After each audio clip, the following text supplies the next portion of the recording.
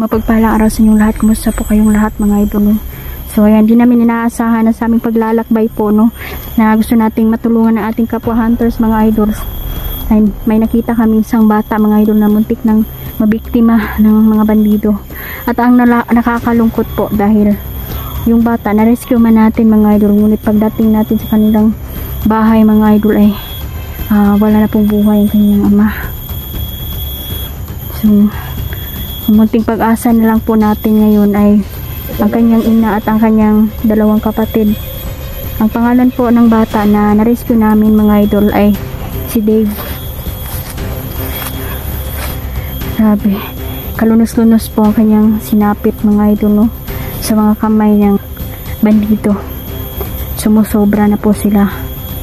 Hindi na po sila mapipigilan mga idol at hindi na po no, mabubura sa kanilang isip ang kanilang prinsipyo mga idol na ang kilusan na kanilang nilalaban ngayon ay yun ang makakapagbigay sa kanila ng pag-asa. Siradong utak ng mga to, walang pinipili.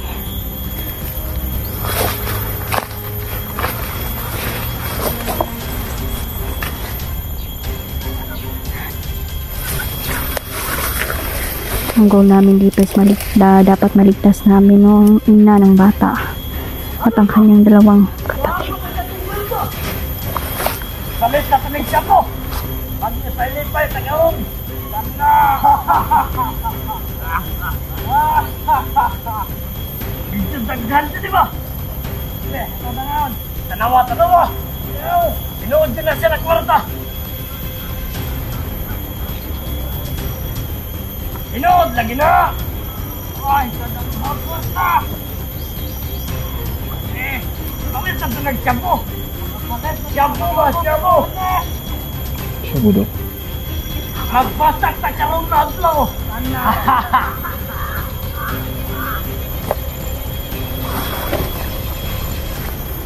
Ang losyong pang-illegal mga idol. Ito ay hindi talaga nila ito binibitawan ang negosyong ito. At ang droga mga idol ang sumisira po sa mga kabataan natin ngayon. Kailangan natin mapatay karon!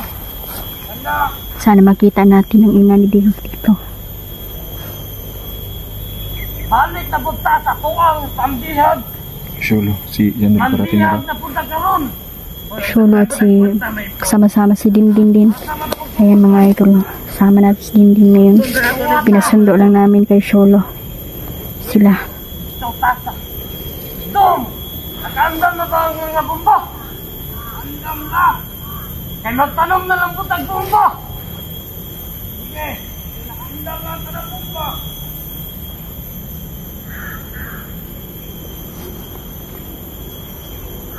Sir! Nagiging iyo, natakarumpat! Sige mo! Sige! Ito na! Allahu Akbar! Allahu Akbar!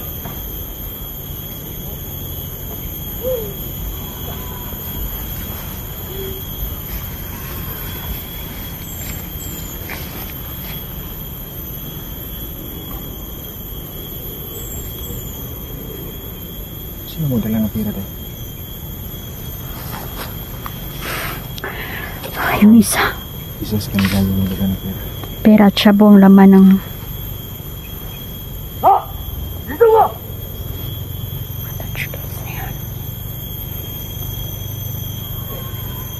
Nag-alala ko lang tayo. Huwag nating alisin sa misyon natin yung ina ni Dave na maligtas sa pinapamilya. Kailangan mahanap sila. Nangungulila na ang bata. Gabi-gabi na umiiyak si Dave mga idol, hindi makatulog sa pag-aalala. Dito ako.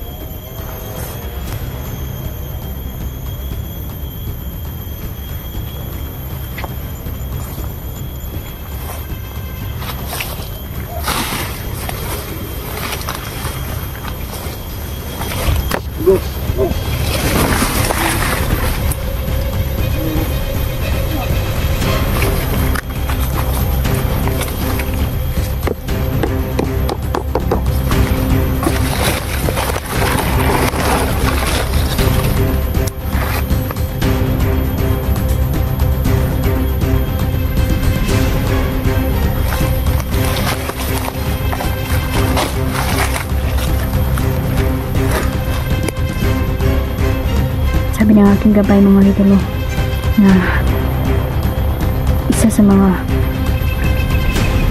taong ito ay may kinalaman po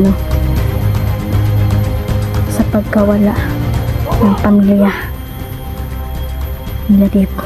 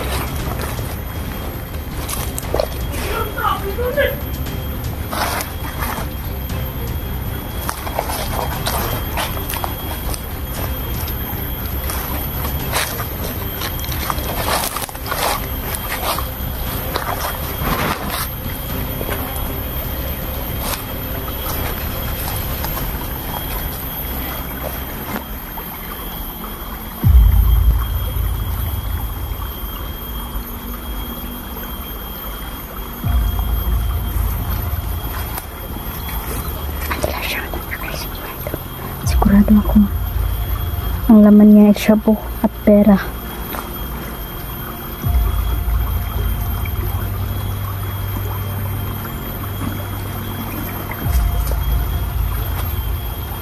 Mas naman natin siya kasi tayo natakot niya ang arapado mga to.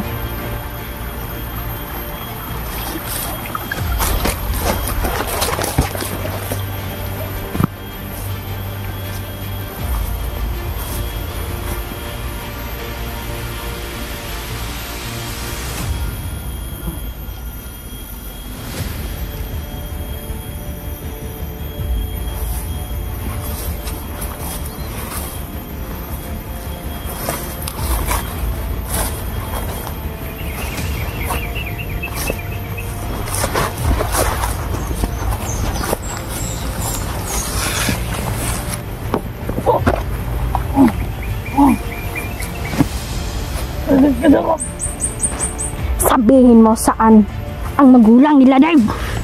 Wala. Huwag ka nang pumalapit. Alam pong nasa kamay ninyo ang pamilya niya. Palayaan ninyo siya. Magsisisi kayo kung sinong grupo kayo dahil kukulamin ko kayo. Habang may panahon pa kayo, sabihin ninyo kung saan ang pamilya ni Dave ngayon. Kahit di mo pa sabihin, malalaman ko rin.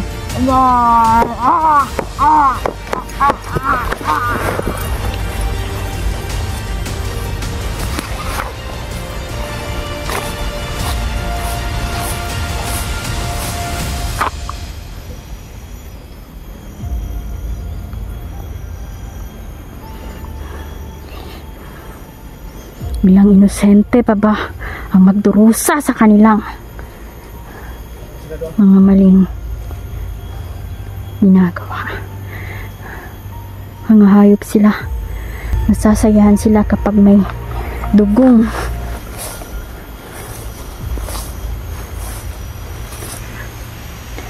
Tumadanak.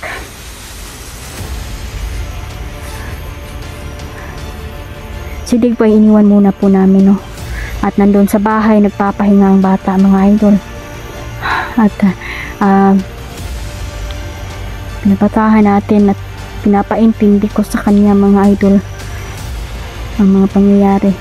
Hindi lang siya dapat mag-alala kasi gagawa tayo ng paraan, matulungan natin ang bata.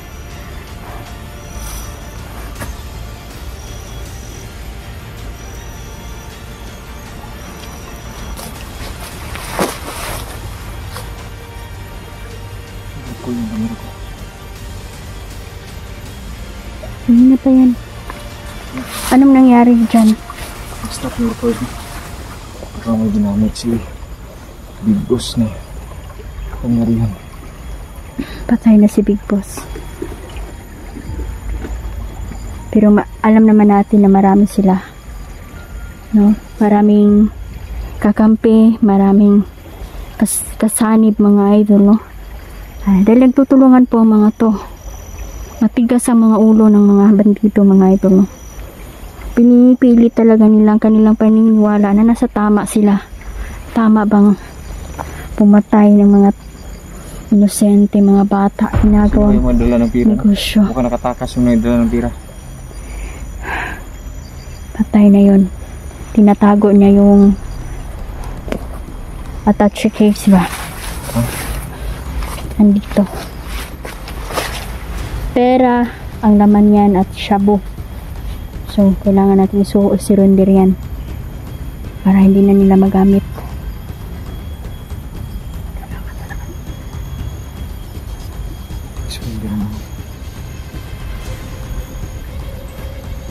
Pero mangita tag yung taong nasa politiko na makapagkatiwalaan mga idol. Kasi ang ganitong trabaho mga idol is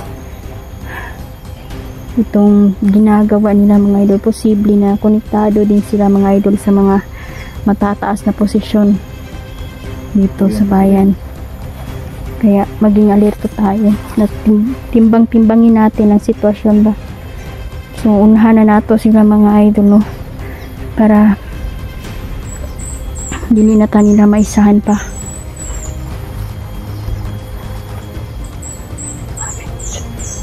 Maghihintay kami sa pagdating na syulo mga idol, no? Yan. 3 AM na kami ako nakatulog mga idol dahil sa meron tayong ginagawa. Parte ng mission mga idol.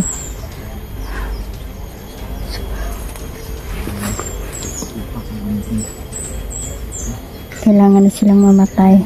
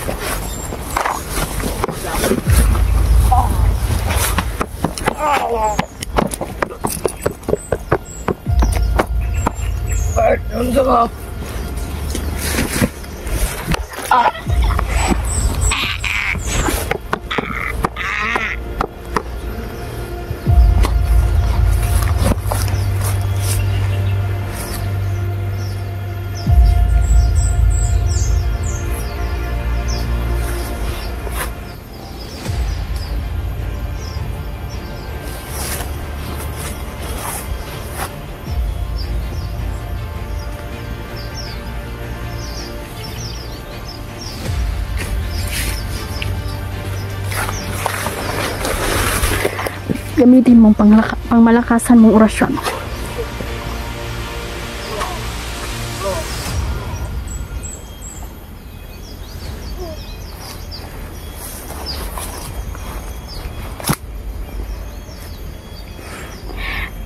Sabi namin gabay malapit na dito ang pamilya ni Dave mga ito, no? So kailangan namin maharating kung saan man sila nilagay yun.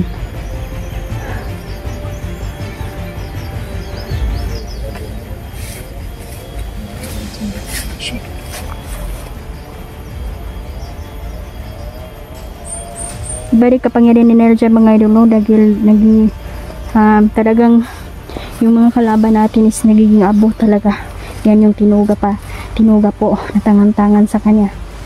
Dahil mas malakas po siya ngayon, lalo na napatay na si Big Boss.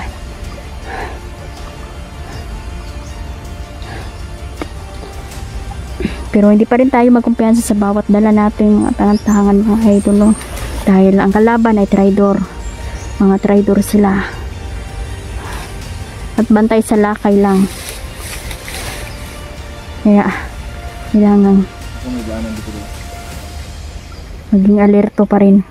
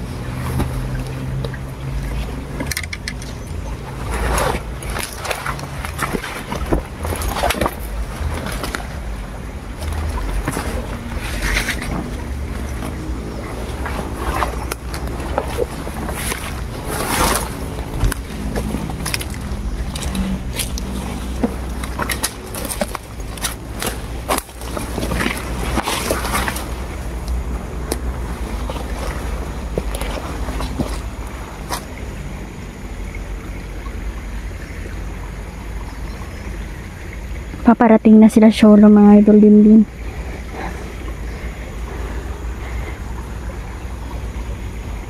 Solo po yung taga sundo na sa mga isama natin mga idol. Maaasahan din talaga si Cholo.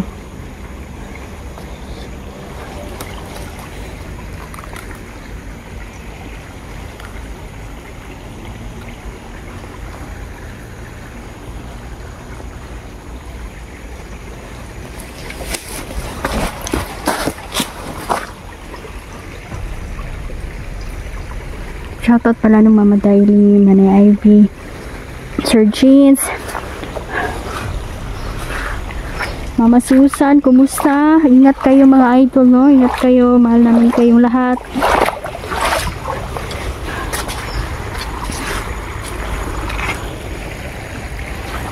Napakatahimik po ng lugar. Hindi na pupuno ng panganib.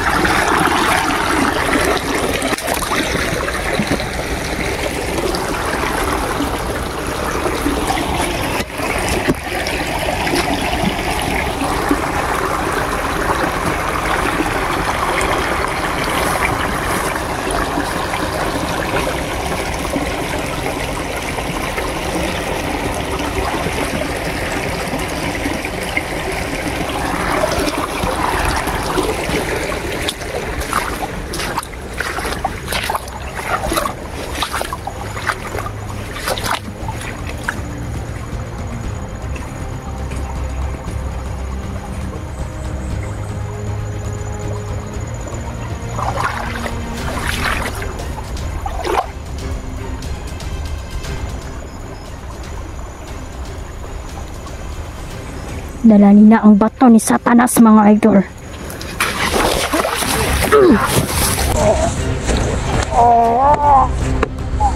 Ang hayop. Makukuha din natin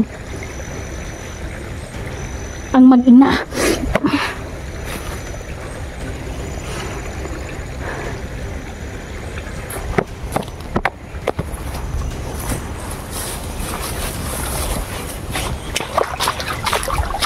Kawawa doon ang mga bata. Kasi 2 years old at 3 years old pa lang mga idol, no? Wala nang kamuwang-muwang sa mga pangyayari. Baka hindi sila pinapakain. Kailangan makita natin sila.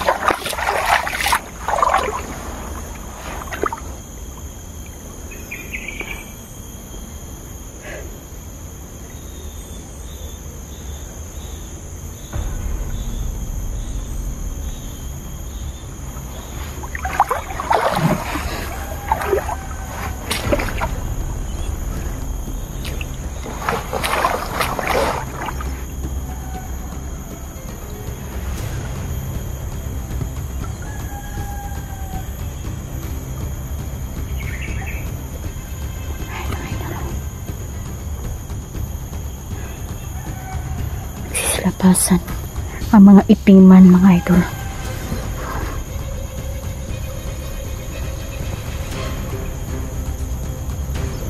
Binabantayan nilang lugar. Sinisiguro nila na walang makakapasok. Ingat kayo, lalong-lalo na mga idol sa mga OFW natin, no, nasa ibang bansa mga idol o kung saan man. Alam nyo naman na meron ng mga satanic church ngayon. Please huwag kayong magpapadala. Taimtiman ninyo ang inyong paniniwala dahil darating na, malapit na tayo sa mga huling araw. Kailangan nating paghandaan ang pagdating ng mga alagad ng kadiliman.